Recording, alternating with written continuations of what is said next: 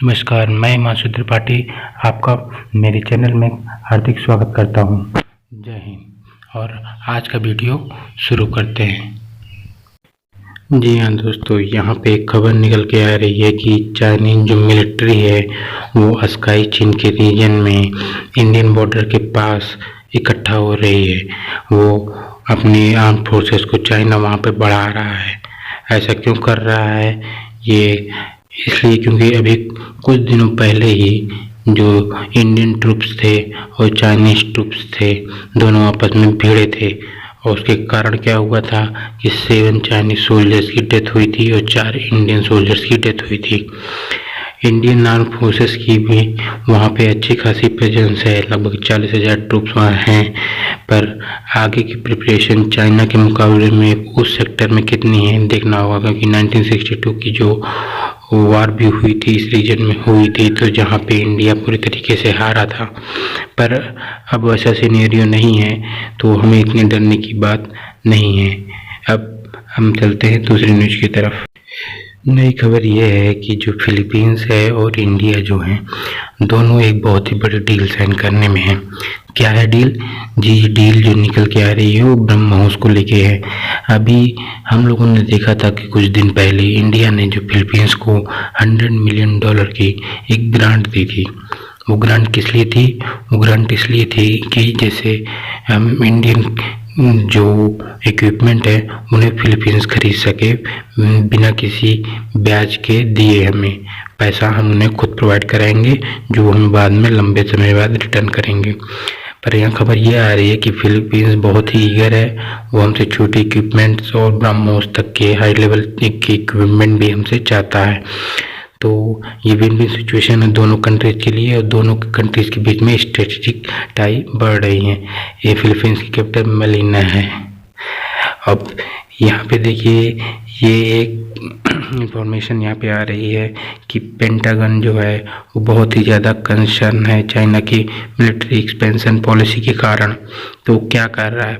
वो सोच रहा है कि इंडियन आर्म फोर्सेस को तैयार किया जाए, इक्विप किया जाए, खासकर इंडियन नेवी को, जिसकी वो चाइना को काउंटर कर सके, खासकर इंडियन ओशियन रीजन में, जिससे चाइना का इन्फ्लुएंस घटाया जा सके।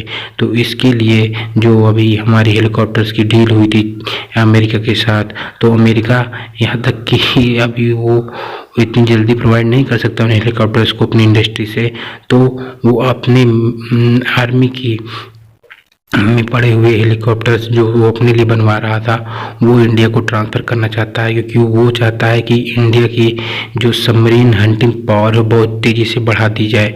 तो इसलिए अमेरिका ऐसा काम कर रहा है।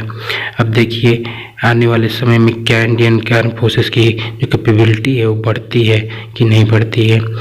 अब ये खबर देखिए कि यहाँ पे 47,000 करोड़ का LCA फाइटर जो एयरक्राफ्ट प्रोजेक्ट है वो फाइनलाइज किया जाएगा कुछ मंथ में।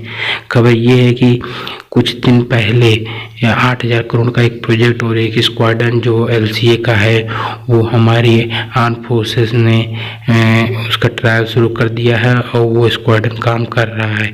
पर यहाँ पे जो नया जो टेंडर जारी हुआ है उसमें 83 LCA लेने हैं। ये इंडिया के लिए प्राउड मोमेंट होगा, क्योंकि आज तक हमारे देश ने ऐसा कर नहीं पाया, जबकि पाकिस्तान चाइना की हेल्प से अपना खुद का एयरक्राफ्ट बना लिया है और अदर देशों को बेच भी रहा है।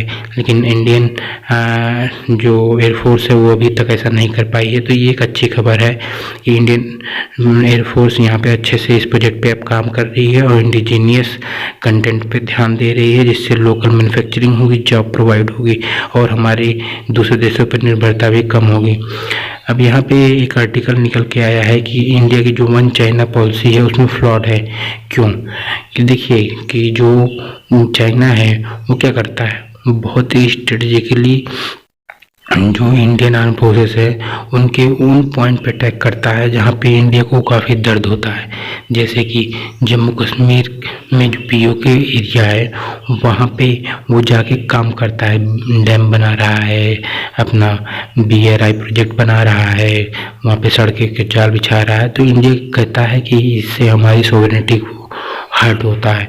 और चाइना ने वहाँ पे अपनी फोर्सेस भी लगा रखी हैं उनको भी प्रोटेक्ट करने के लिए। अब आप जानते हैं कि वो फोर्सेस वहाँ पे क्यों होंगी, वो पाकिस्तान को प्रोटेक्ट करने के लिए है कि सीपेक को प्रोटेक्ट करने के लिए, और ये भगवान ही जाने। तो इंडिया को भी ताइवान पर हमें वन चाइना पॉलिसी के तहत नहीं काम करना चाहिए और उनके उन पोजीशंस पे हिट करना चाहिए जहाँ पे हम कर सकते हैं, जो उन्हें काफ़ी दर्द देंगे, जिससे वो फिर हमारी पोजीशंस को समझेंगे। अब तालिबान ने क्या कर दिया है, कश्मीर को इंडिया का इंटरनल मैटर बता दिया है और कह दिया है कि हम कोई टारगेट नहीं है दिल्ली को अटैक करने का। तो ये अच्छी खबर है, क्योंकि अभी कुछ दिन पहले एक खबर ऐसी आई थी कि तालिबान जो है वो अफगानिस्तान के बाद कश्मीर में हमला करेगा। तो ये फोर्सेस से तालिबान के ऑफिशियल फेसबुक चैनल ने बताया कि ये फेक न्यूज़ थी, इसमें हम लोगों का कोई वो नहीं था। लेकिन यहाँ पे हमें देखना होगा कि जो ये ऑफिशियल ग्रुप है ये तो ठीक है, ये तो मना कर रहा है, बट ताइवान में बहुत से फ्रैक्शंस हैं, तो वो मल्टीपल पार्टीज़ का एक हिसाब से ग्रुप है। तो उसमें कुछ पार्टियाँ ऐसी हैं जो कश्मीर की मैटर को उठाती हैं, तो ये हमारे लिए कंसर्न की बात ज़रूर है। इसे हमें देखना होगा, क्योंकि तालिबान जो है पाकिस्तान के इन्फ्लुएंस में काफ़ी ज़्यादा हो गया है। मेक इन इंडिया के तहत जो ये हमारे जो फाइटर एयरक्राफ्ट है ये बन के तैयार हो रहे हैं, और ये पहला स्क्वाड्रन था जो काफ़ी दिनों से ऑपरेशनलाइज मतलब होने की तैयारी में था, तो वो अब ऑपरेशनलाइज होने वाला है। तो तेजस जो है इसके ये 4.5 जनरेशन का एयरक्राफ्ट है, लगभग F-16 के बराबर का है, थोड़ा बहुत 19-20 का अंतर है।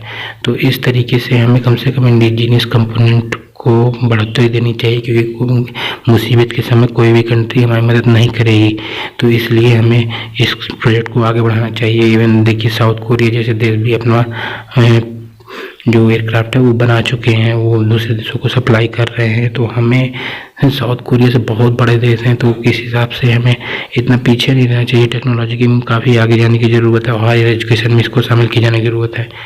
चलिए, आपका दोस्त Masood Tripathi, thank you for watching, and please subscribe and share my channel. Jai Hind.